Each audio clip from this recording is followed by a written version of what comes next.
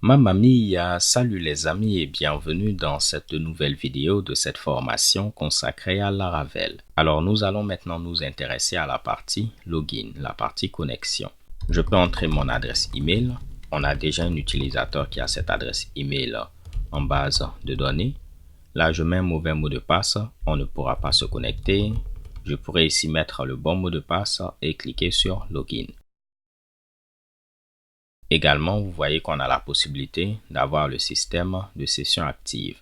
Lorsqu'on se connecte, on peut décider de garder notre session active, ce qui va faire que même si on ferme le navigateur et qu'on revient, tant qu'on n'est pas déconnecté, on pourra ici se connecter automatiquement.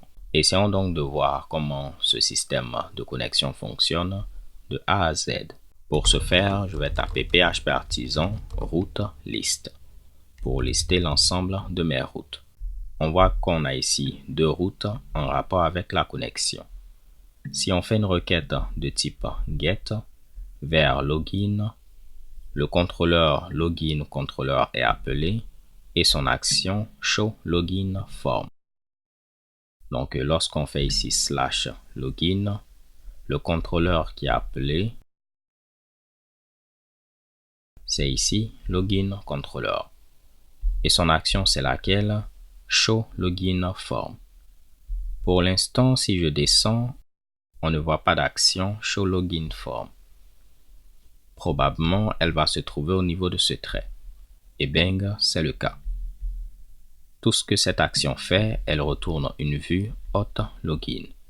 Donc en réalité, on viendra au niveau de ressources, views, hot login, et c'est cette vue qui est retournée. Pour le prouver, on va remplacer ceci par connexion. On vient au niveau du navigateur et bang, connexion. Si on regarde ce code, il ressemble un tout petit peu au code qu'on avait au niveau de register. Donc ça va aller rapidement. On a login qui est affiché ici. Ensuite, on a le champ email avec le label et le input. On a la même chose pour le mot de passe. Et ici, notre checkbox de Remember Me. Donc, label et ici input, label et input. Celui-là, c'est un input de type email. Et pour le password, un input de type password. Ce qui fait que ce qu'on tape est caché. On a un lien qui nous mène vers la page de réinitialisation de mot de passe. On reviendra là-dessus dans une vidéo ultérieure. Mais une fois qu'on finit de remplir ceci, on peut faire login pour se connecter. Ce qui m'intéresse principalement, c'est l'attribut name pour ces différents inputs. Ici, le name, c'est email. Ici, le name, c'est password. Et pour notre checkbox, notre case à cocher, c'est ici remember. De la même manière, on affiche les erreurs de validation. On rajoute la classe isInvalid. Comme ça, si on a des erreurs, ceci est affiché en rouge. Donc, ce que je vais faire temporairement, je vais rajouter no validate. Comme ça, on n'aura pas de validation côté client. Donc, si je valide, vous voyez, on a ceci qui est en rouge à cause de la classe isInvalid. Et voici notre feedback qui est retourné. Lorsqu'on soumet le formulaire, on voit maintenant que ce sera une requête de type post vers login. Comment je le sais? Parce que c'est marqué ici. Une requête de type post vers login. C'est toujours le contrôleur login contrôleur, mais cette fois-ci, l'action login. Donc, on va revenir au niveau de login contrôleur. Je vais tenter de me retrouver. On ne voit pas l'action login. Donc, probablement, elle est présente ici. Et bang, c'est le cas. Juste pour le prouver, temporairement, on va mettre un die and dump de login. Si je viens donc ici et je remplis mon formulaire,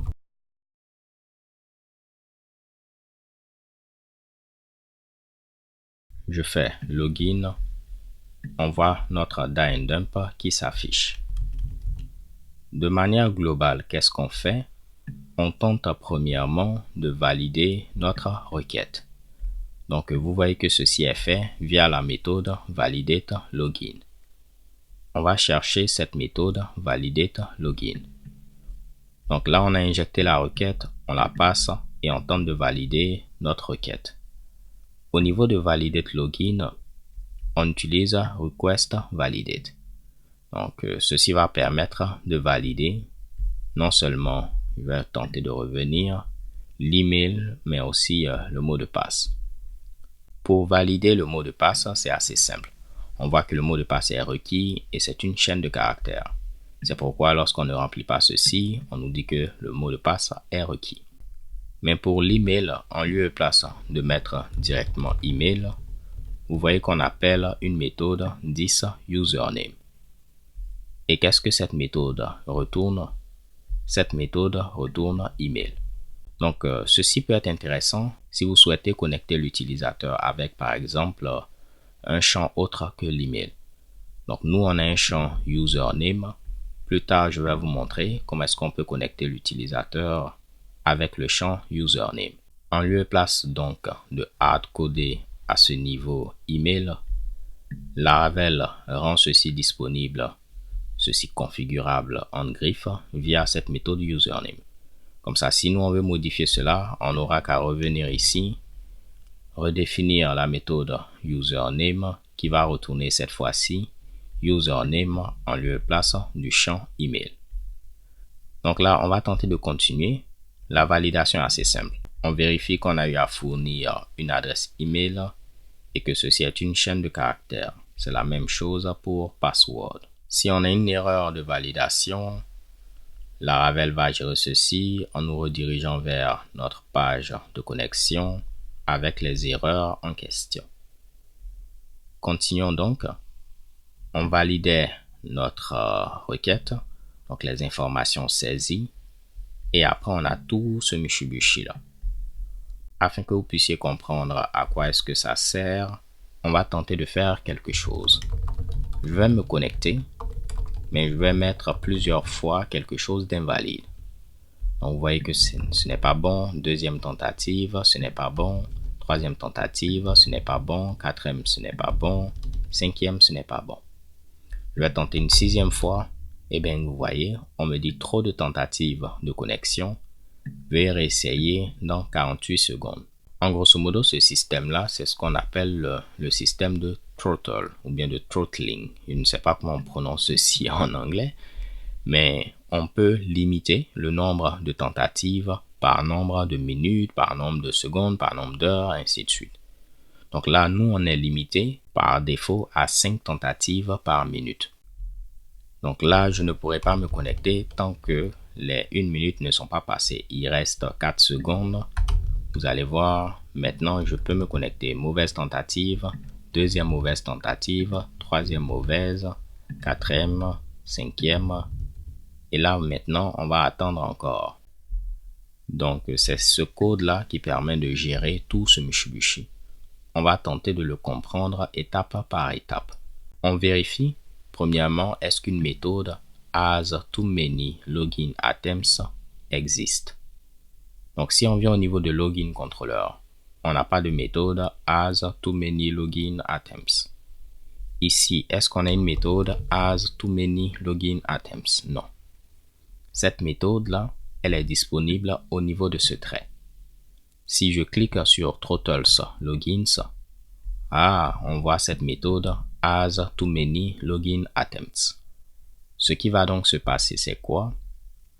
Lorsqu'on va vérifier est-ce que cette méthode existe, étant donné qu'on utilise ce trait, ceci sera évalué à true.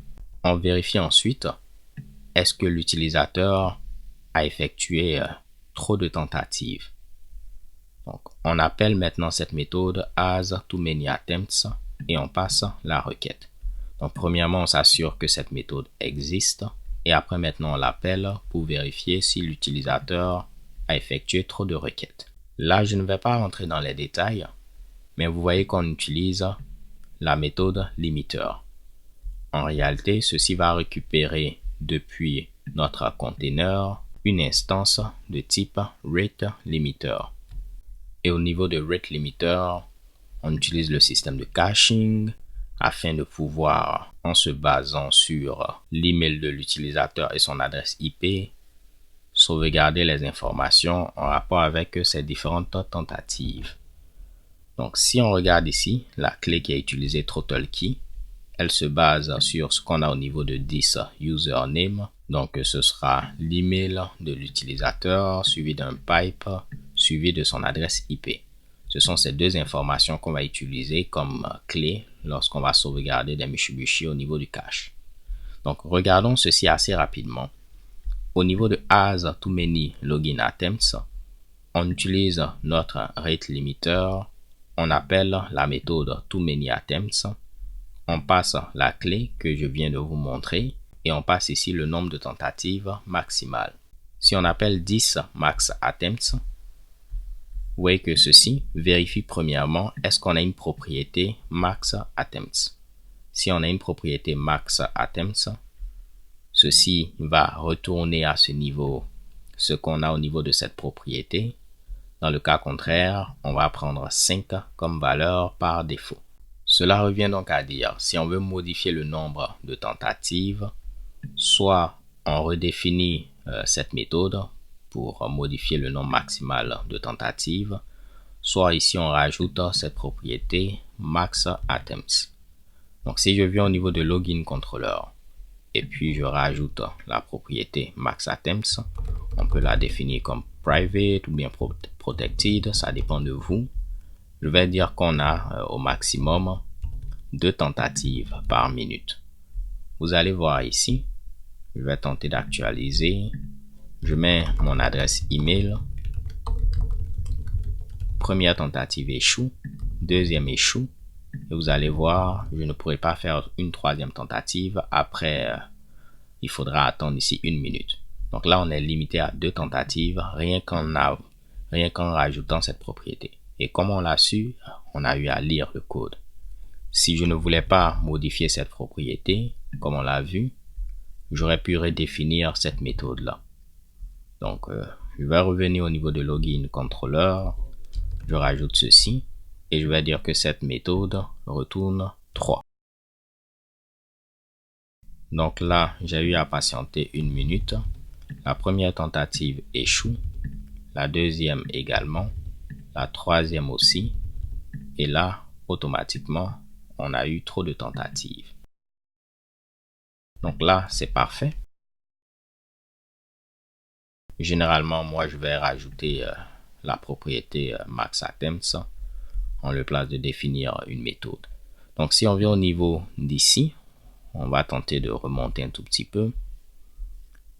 Cette méthode-là, elle vérifiait est-ce que l'utilisateur a eu à excéder le nombre de tentatives. Revenons donc au niveau de Authenticate Users. Si la méthode existe et l'utilisateur a eu à effectuer trop de tentatives de connexion, premièrement, on va ici déclencher l'événement Lockout Event pour dire que on va verrouiller la connexion. Donc, si on clique sur Fire Lockout Event, est-ce qu'on a une méthode Fire Lockout Event ici? Non. Donc, si on clique ici, cette méthode est disponible au niveau du trait Throttles Login. Et qu'est-ce que cette méthode fait? Vous voyez que cette syntaxe, elle est similaire à ce qu'on avait au niveau de Register Controller. On faisait New, Registered, et puis on passait des informations. Donc là, globalement, on fire un événement, on annonce un événement pour dire que on a un lockout. C'est très intéressant donc parce que si on veut faire quelque chose, lorsqu'on lockout ici quelqu'un qui tente de se connecter à plusieurs reprises, vous pourrez le faire rien qu'en venant au niveau de provider, event service provider, et on pourra dire que lorsque on a l'événement lockout qui a lieu, on veut faire ceci, on veut faire cela. Ok, bien sûr, il faudra importer lockout. Comme je vous l'ai dit, on reviendra sur la notion d'événement et de listener donc ne vous inquiétez pas. Donc, s'il y a trop de tentatives, on fire cet événement et puis on est libre de faire ce qu'on veut. Généralement, ce que je fais par exemple, je vais ici loguer ceci ou bien envoyer un courriel s'il y a quelqu'un qui tente de faire trop de connexions. En fonction ici de l'envergure de votre application, il faudrait être ici à l'écoute de ce genre d'événements-là. Cela va vous permettre d'être proactif en lieu et place d'être réactif d'un point de vue sécurité. Après avoir fait ceci, on retourne une réponse de verrouillage. Donc, on appelle une méthode Send Lockout Response. Est-ce que cette méthode existe ici? Non. Donc, probablement, elle est présente au niveau de Throttles Login. On détermine dans combien de secondes l'utilisateur pourra tenter de se connecter de nouveau. Ceci est fait via notre ami Rate Limiter. Vous êtes libre de regarder le code derrière. Donc, par exemple, c'est ce qui permet de dire on peut se connecter dans 53 secondes ou bien tenter de nouveau dans 52 secondes, dans 50 secondes et ainsi de suite. Une fois qu'on a ce nombre de secondes, on lève une exception de type Validation Exception. Et vous voyez, pour cette exception, on va dire qu'on a une erreur en rapport avec this username. Dans notre cas, on a une erreur en rapport avec le champ email. C'est pourquoi l'erreur s'affiche ici. Si je disais qu'on avait une erreur en rapport avec password, vous allez voir que l'erreur va s'afficher ici. Bien évidemment, on ne modifie pas ceci comme cela, mais je voulais juste vous le montrer. On va tenter une fois, 2 fois, 3 fois, 4 fois, 5 fois. Et la 6e fois, bang, ça ne marche plus, mais vous voyez que l'erreur s'affiche maintenant ici. Parce qu'on a indiqué que l'erreur est en rapport avec ici password. Mais nous, vu qu'on a mis 10 username et ceci par défaut retourne email, bien évidemment, l'erreur va s'afficher au niveau de email. Pour le message d'erreur, on le récupère via notre fichier de lang. Ça, c'est en rapport avec la traduction. On vient au niveau du fichier ressources lang, ensuite hot, donc ici hot, et ici throttle. Donc hot throttle, et vous voyez, trop de tentatives, too many login attempts, veuillez réessayer dans, et puis 2.seconds. Donc ce 2.seconds, cela permet de dire que la valeur sera dynamique. Et on a eu à déterminer le nombre de secondes. On va passer ceci en second argument à notre méthode get. Et au niveau de seconds, ceci va remplacer ce 2.seconds. Donc si ici on a déterminé comme valeur 43, c'est ce qu'on passe. Et ce 2.seconds sera remplacé par 43. Cela revient donc à dire, si on voulait un autre message, on peut le customiser ici. Si on avait un dossier FR également, on pourra customiser ceci. Si vous vous demandez comment les erreurs de validation sont automatiquement transformées en réponse avec la redirection et puis les erreurs qui sont affichées, c'est assez simple. On voit que là, on lève une exception de type Validation Exception. Au niveau de Laravel, les exceptions sont gérées au niveau de App Exceptions, ici Handler. Si vous regardez ici Illuminate Foundation Exception Handler, on hérite de ce Mitsubishi. Je vais cliquer. C'est à ce niveau-là. On va tenter de descendre. On va chercher Validation Exception. Vous voyez. Ici, si on a une exception de type Validation Exception, on va convertir cette exception en réponse. Donc là, je vais valider. Je vais mettre plutôt un die and dump. Là, si je ne remplis pas password, on aura une erreur de validation, donc une exception de type Validation Exception. Et on a bel et bien notre die and dump. Si on regarde cette méthode, qu'est-ce qu'elle fait? Si on a déjà une réponse, on retourne là. Si on a déjà une réponse, on retourne la réponse. Mais ce qui m'intéresse, c'est principalement ceci. Si on fait une requête, par exemple, via une API, généralement, on attend du JSON. Si on attend du JSON, on va retourner ici les erreurs au format JSON avec le message et puis les erreurs. Mais si on n'attend pas du JSON, on appelle cette méthode invalide et elle va faire une redirection. Si on a un redirect to en termes d'attributs au niveau de l'exception, on va l'utiliser. Sinon, on redirige vers la page précédente. Et on va rediriger avec les informations qui avaient été entrées. Comme ça, vous voyez que ceci va être pré-rempli. Donc, si je mets mercuryseries@gmail.com, lorsqu'on redirige, ceci est pré-rempli. C'est grâce à ces Mitsubishi là. et on redirige également avec les erreurs. Donc toutes les erreurs sont retournées, raison pour laquelle on peut ici les afficher sans problème. De manière ramassée, c'est un peu cela. Donc si on revient à nos moutons, on envoie ici la réponse, on lève cette exception et on sait qu'elle est convertie tout simplement en réponse pour être affichée sans problème. Ici, lorsque je parcourais ce code, c'était marqué 429. Ok, la valeur était hard-codée avec 429. Juste pour vous le prouver, si je viens au niveau de Laravel Framework, je vais tenter de valider ceci. On vient au niveau de GitHub, Laravel Framework. Je vais taper pourquoi pas GitHub. Si on clique ici, on va rechercher c'est quoi Throttles Login. Donc je peux taper T et puis rechercher Throttles Login. On va rechercher notre fameuse méthode. C'était laquelle? C'était ici send lookout response. Vous voyez que ceci est hard-codé à 429. Donc ça c'est le statut code de notre réponse. Si on cherche HTTP statut code, 429 c'est un statut code qui permet d'indiquer qu'on a eu trop de tentatives. Vous voyez 429 too many requests. Moi je n'aime pas ici quand c'est hard-codé parce que quelqu'un qui ne le sait pas et puis lit le code, il est obligé d'aller au niveau d'un site comme ce que je vous ai montré pour voir le 429 permet d'indiquer quoi. Donc je me dis qu'il serait intéressant, pourquoi pas, au niveau de la classe Symfony HTTP Foundation Response, qui est la classe dont hérite la classe Response de Laravel Illuminate HTTP Response. Vous voyez que ceci hérite de la classe Response de Symfony. Laravel utilise plein de composants de Symfony. Si on vient à ce niveau-là, je vais tenter de me retrouver. Bang. Il y a plein de constantes en rapport avec les statu code. Et si on cherche 429, on a cette constante HTTP too many requests qui fait référence à ce 429. Soit dit en passant, j'ai une formation sur Symfony qui est disponible sur mon site Parlons Code. Donc si ça vous intéresse, sentez-vous libre d'y jeter un coup d'œil. C'est un petit moment de pub. Désolé les gars et les go.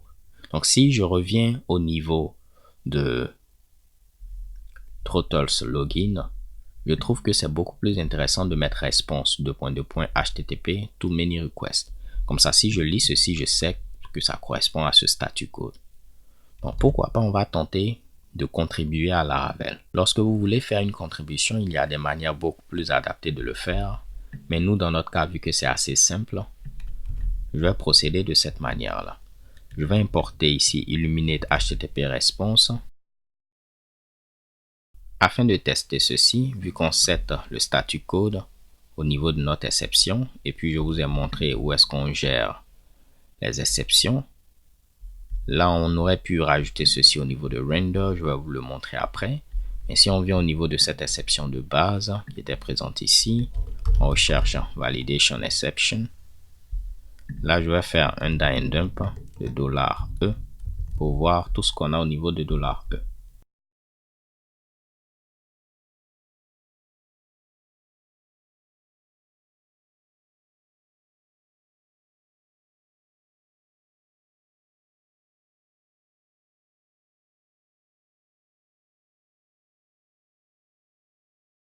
Donc, vous voyez que le statut code, c'est bel et bien 429 parce qu'on a eu à tenter de se connecter à plusieurs reprises. Cela revient donc à dire que ce qu'on a eu à faire est censé marcher. Ce que je vais faire dans ce cas-là, vu que c'est assez simple, je vais copier ce Mitsubishi et puis venir proposer une modification. Je vais faire éditer. Donc là, on me demande de me connecter. Donc, je suis connecté. Je vais demander à modifier ceci. Et on va rechercher la méthode qui était présente ici. Parfait. On remplace cela par ce Mitsubishi. Et puis, on avait importé response. Donc, je vais le mettre après request, c'est-à-dire ici. Et on va dire use constant instead of hard-coded value 429. Donc là, ce sera la description. Use constant for readability. Je ne sais pas si ceci se dit. On va chercher readability. Ça se dit, parfait. Donc use const. On va essayer de voir ceci. OK. For readability. Use content response. Et puis on va faire propose file change. On fait create pull request. OK. On nous dit ici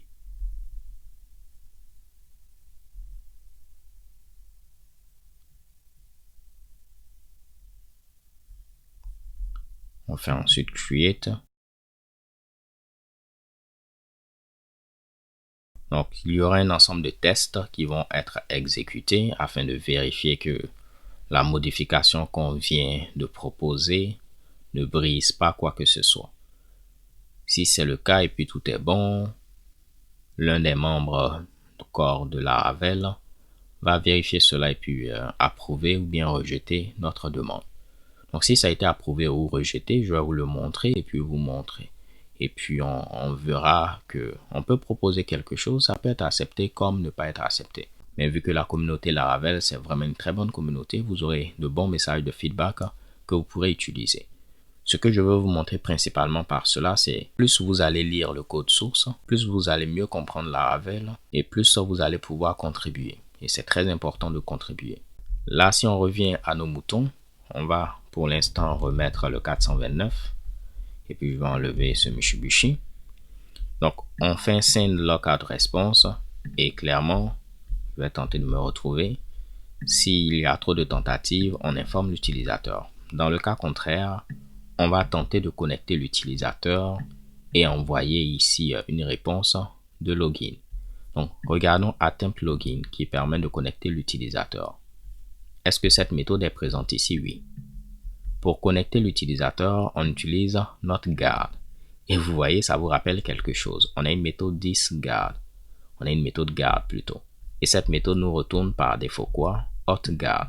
Donc si on veut modifier également notre guard, on peut le faire en redéfinissant cette méthode ici. Au niveau de nos différents guards, on a accès à une méthode attempt qui permet de tenter de connecter l'utilisateur. Au niveau de cette méthode attempt en question, vous allez dire par exemple, voici l'email de l'utilisateur mercuryseries@gmail.com et puis voici son mot de passe. Le mot de passe, c'est le mot de passe en clair, pas le mot de passe haché. Et en second argument, vous pouvez passer true si vous voulez garder la session active ou false si ce n'est pas le cas. Donc ce qui est fait ici, c'est quoi? C'est générer ce tableau-là de manière dynamique. On appelle une méthode disCredentials. Cette méthode fait un request only sur email et password. Donc en grosso modo, au niveau de l'ensemble des requêtes, si on fait request all, ça nous retourne tout. Request only pour permettre de dire qu'on veut uniquement ce qu'on a au niveau de email, donc mercuryseries@gmail.com et puis ici password. Et clairement, ce sont ces deux informations dont on a besoin pour connecter l'utilisateur. Et là, maintenant, on utilise request field. Rappelez-vous, on avait remember au niveau de login.blade.php. C'était le name pour notre checkbox. Donc, si ceci a été coché, on aura true. Dans le cas contraire, false. C'est ce que field permet de vérifier pour nous. Donc, on connecte l'utilisateur et s'il a décidé de garder sa session active, on le fera. Si l'utilisateur a pu être connecté, ceci va retourner true. Dans le cas contraire, false. Donc, c'est ce qu'on vérifie. Si on a pu connecter l'utilisateur, on va retourner une réponse login, une login response. Essayons de voir send login response, qu'est-ce qu'elle fait. Premièrement, on va régénérer l'identifiant de session. Donc, ceci est fait pour des mesures de sécurité, principalement pour une attaque de type fixation de session. Je mettrai un lien en description si vous souhaitez en apprendre davantage, mais c'est pour des raisons, mais on le fait pour des raisons de sécurité. Ensuite, on va ici faire un clear des tentatives de connexion.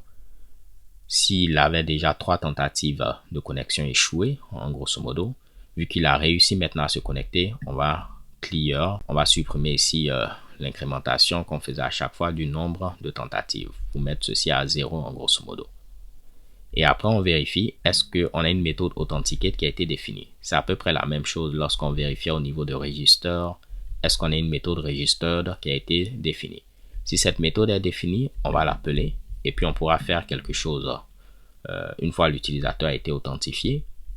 Dans le cas contraire, on va le rediriger vers la page vers laquelle il souhaitait aller.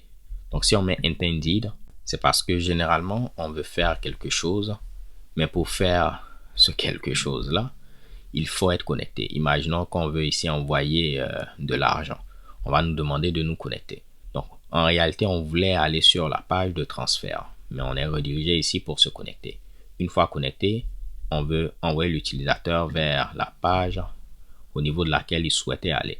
Si on n'a pas une page vers laquelle il souhaitait aller, on va le rediriger vers le redirect path, qui est ici notre page d'accueil, vu que par défaut c'est /home. Mais on peut modifier ceci pour /toto ou bien mettre ce qu'on veut avec la fonction helper route en définissant une méthode redirect to comme je vous l'ai montré. Parce que redirect path utilise ce même trait, redirect user, qui fait tout ce travail là. Donc maintenant tout est clair, on valide les informations, on vérifie cette histoire de tentative là. S'il dépasse le nombre de tentatives, on va ici bloquer temporairement. Après, s'il se connecte, on lui envoie une réponse de connexion et on peut faire quelque chose une fois que l'utilisateur est connecté via Authenticate. Si l'utilisateur n'a pas pu être connecté, on va incrémenter ici le nombre de tentatives échouées.